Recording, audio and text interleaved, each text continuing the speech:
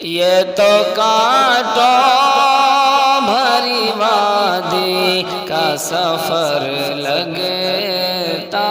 ہے، یہ تو کانٹوں بھری وادی کا سفر لگتا ہے، نعت پڑھتا ہوں تو یارو مجھے ڈر لگتا ہے، اور باغ جنت بھی اسے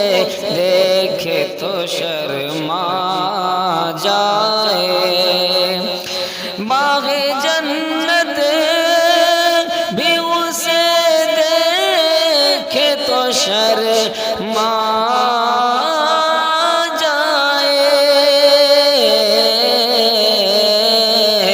ایسا سرکار دو عالم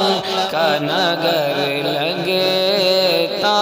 ہے، ایسا سرکار دو عالم کا نگر لگتا ہے، گودی میں لے کے انہیں دائی حلیمہ